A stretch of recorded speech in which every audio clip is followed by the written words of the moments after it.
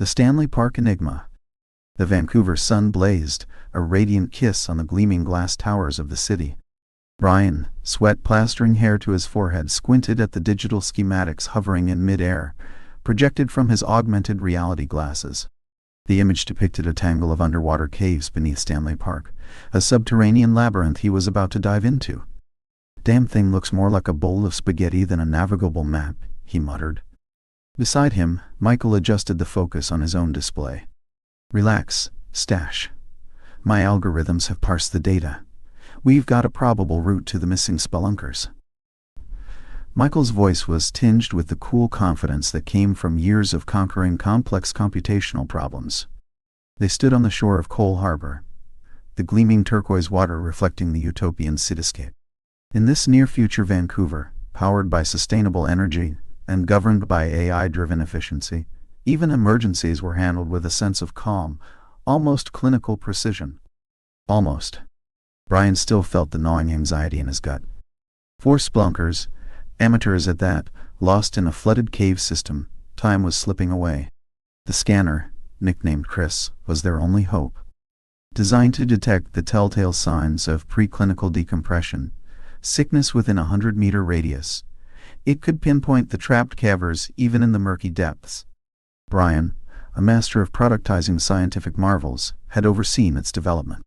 But Chris wasn't ready for prime time.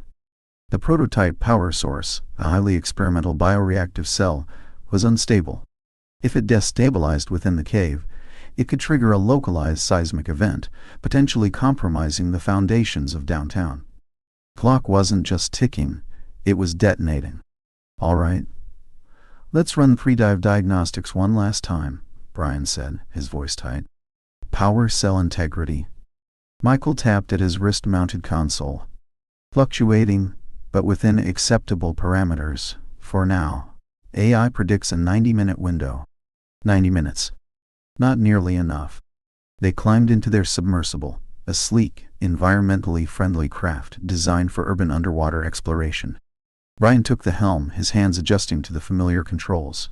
He'd piloted subs through the fjords of Norway, through the coral reefs of the Caribbean, but none of those excursions had this suffocating pressure. He was a product guy, not a superhero. But those spelunkers were counting on him. The submersible slipped beneath the surface, the sun's rays fracturing into ethereal beams. They descended into the gloom, the cityscape fading above as the inky blackness enveloped them. The cave entrance, a narrow fissure in the rock face, appeared on their sonar. Brian expertly maneuvered the sub through the opening, the walls closing in around them. The underwater world was a silent, haunting beauty. Strange, bioluminescent algae clung to the cave walls, casting an eerie green glow. Brian tried to focus on the task at hand, but the claustrophobia was building. He was more comfortable scaling a mountain than navigating this watery tomb. "Chris is online," Michael announced. "Initiating scan." The scanner sent out pulsing waves, mapping the caverns with an eerie precision. The 3D model on their displays grew more detailed, the submerged passages unfolding like a macabre blueprint. Minutes bled into an eternity. "Contact!" Michael exclaimed. 700 meters ahead, in chamber Delta 9. All 4 life signs present, but they're weak. Brian pushed the submersible to its maximum speed, the electric engine humming.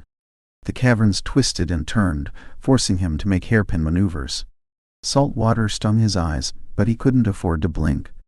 They reached Delta 9. The chamber was partially collapsed, debris strewn across the floor. The 4 spelunkers were huddled on a small rocky outcrop, shivering and pale. Their air tanks were nearly empty. "Rescue beacon activated," Michael said, relaying a message to the surface team. "They're on their way." But the surface team was 20 minutes out. 20 minutes they didn't have. Brian watched as the green light of Chris began flickering red. "Brian, power cell destabilization imminent," Michael warned. "Initiating emergency shutdown sequence." "No," Brian bellowed. "We need Chris to keep them stable while we stabilize the chamber. Can you override the shutdown?" Michael's fingers flew across the console. "Attempting override. Successful. But the containment field is failing. We have less than 5 minutes. Brian grabbed his own scuba gear. I'm going to reinforce the chamber. I know those caverns. I'll stabilize it if I can find an old stone formation. Are you crazy? You can't go in there, Michael protested. But Brian was already gone. He plunged into the frigid water, his dive light cutting through the murk. The weakened chamber was a web of unstable rock and debris. Supporting structures were sparse, and water leaked into the cavern at an alarming rate. He noticed a stone formation that he recognized from the layout, but it was on the other side of the cave. He made his way over, swimming fast but cautious to avoid debris. As he approached, he felt a rumble, and the roof of the cave began to collapse, trapping him further in. He saw the collapse was going to cover a series of holes leading to another place, and realized what he needed to do. He propped up the roof of the cave with his flashlight, securing the area so that the others might have a chance. Then he felt a jolt ripple through the water. Chris was failing. The cave was beginning to violently shake. Rock and pieces of algae were falling everywhere. Michael couldn't hold the system up. Brian, doing what he could to hold up the ceiling, called out to the spelunkers. I'm going to lead you to safety. Stay close. He began to navigate the collapsed tunnel to the next cavern. They followed him in tow, Michael leading from the front so they could follow him straight. After a few minutes they made their way into the next cavern. It wasn't just a cavern, in fact. It was a massive, naturally forming hot spring.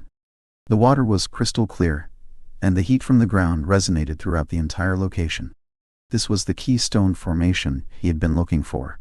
He had to stabilize the chamber so it would hold. Michael saw the opportunity too. He and Brian worked together, securing the entire chamber with pieces of algae, rock, and anything to hold everything together. They worked together tirelessly until they could finally breathe with ease. The hot spring was secured. The surface team arrived minutes later, whisking the spelunkers to safety. The crisis had passed. Brian and Michael, exhausted but triumphant, surfaced in the harbor, the setting sun painting the sky in vibrant hues. We did it, Mike, Brian said, his voice raspy. We actually did it. Michael grinned. Teamwork, old friend, and a little bit of luck. They looked back at Stanley Park shrouded in twilight. Beneath the park's tranquil surface, a hidden hot spring waited, a secret reward for those brave enough to seek it out. And a reminder that even in the most chaotic situations, a little ingenuity, a lot of courage, and a pinch of good timing could lead to the most unexpectedly pleasant discoveries. Perhaps later, they could even name it. They both chuckled. They had earned a soak,